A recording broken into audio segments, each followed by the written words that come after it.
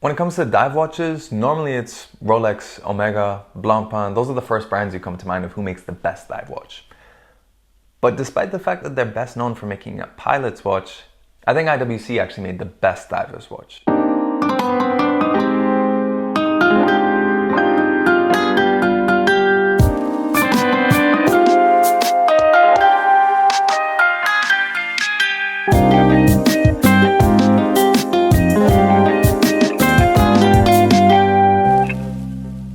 Hi everyone and welcome to Shaluso, and yes, today we are talking about possibly one of the best dive watches ever made, and that is the IWC GST Aquatimer. The Aquatimer was IWC's main dive watch line, used since the 60s, and the GST line was introduced as a successor to its collaboration with Porsche Design. During the time that they had worked together, they had made some really cool watches using innovative materials, out-of-the-box design, and they even made a dive watch. But the successor to that was the GST line, which stood for gold, steel, and titanium. While it's a pretty uninspired name, even if you break down the acronym, the GST line was one of IWC's best introductions because it was a way for them to carry forward that sportiness to something that was entirely under the IWC banner. And in that initial release, they released the reference 3536. This was a 42mm watch available in either steel or titanium with either black dials or with a silver dial if you got one of the steel variations. But the crucial thing here is it had 2,000 meters of water resistance.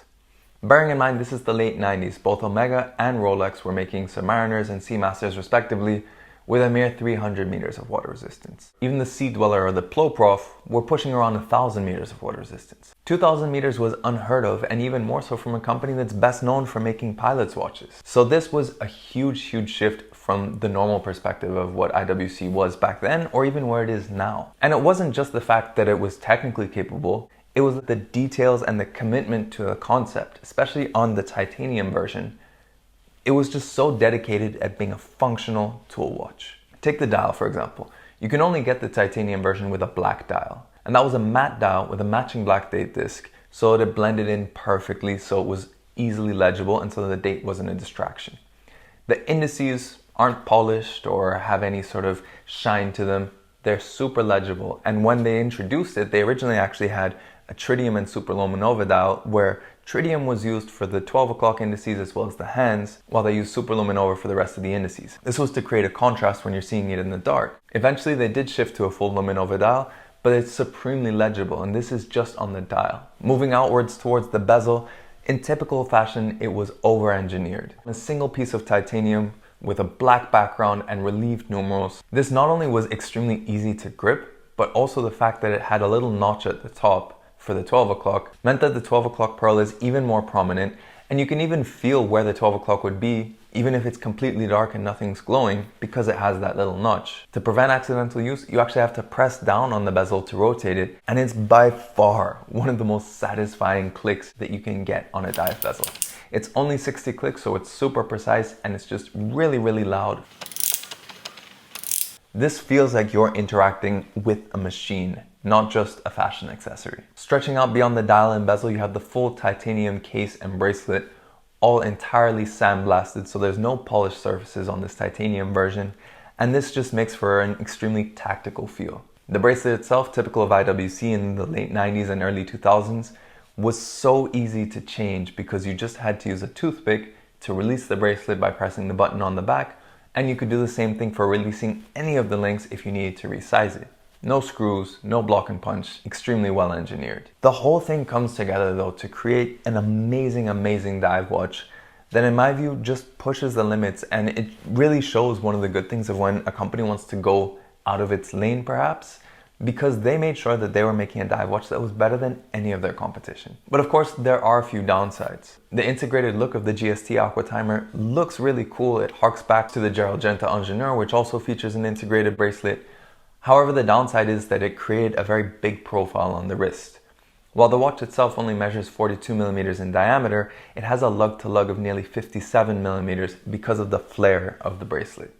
In terms of thickness, well, it is 14.5mm thick, which isn't that thin, but it's still thinner than a modern Sea Dweller. But the main downside is, of course, that big lug-to-lug, which means that this is definitely a watch that you would want to try on before buying. Good thing about today's sponsor, Chronext, is that they actually offer a try before you buy option. If you order a watch to any of their lounges, you can go and try it on before you fully commit to it. And they have a huge range of watches to try out. So make sure you look in those links in the description to see if you find something you like. If you look at IWC's current range for the Aquatimer, it's a bit sad that such a purposeful watch isn't really there. They have plenty of chronographs. They've even got the perpetual calendars that they featured in Aquaman. But they only have three lonely three-handers, which while yes, they now sport an in-house movement instead of the reworked ETA 2892 that was featured in the older one, they don't offer the same level of commitment to purpose, of over-engineering, or of boundary pushing that the GST Aquatimer did. I really hope that soon they do a full overhaul and maybe even reintroduce the GST style at least, as well as the over-engineering, similar to how they did with the Ingenieur recently. I think this is a great opportunity for IWC to remind people that they make a serious dive watch, and this is the perfect way for them to bring the fight back to Rolex and Omega. But let me know in the comments below, what do you think of the IWC GST Aquatimer? Would you prefer something that's as over-engineered and possibly even have to pay a bit more for it if IWC was to re-release it? And let me know also, which is your favorite dive watch? I'd love to know in the comments below. Of course, if you like this video, make sure you like it and share it. If you want to see more pictures and infographics of watches, then make sure you follow me on Instagram at Shaluso. You want to see more videos of watches, make sure you subscribe to the channel and hit that notification bell as well so you know when the next video comes out. But thanks for joining me on this overview of one of the best dive watches ever made, and we'll catch you on the next video.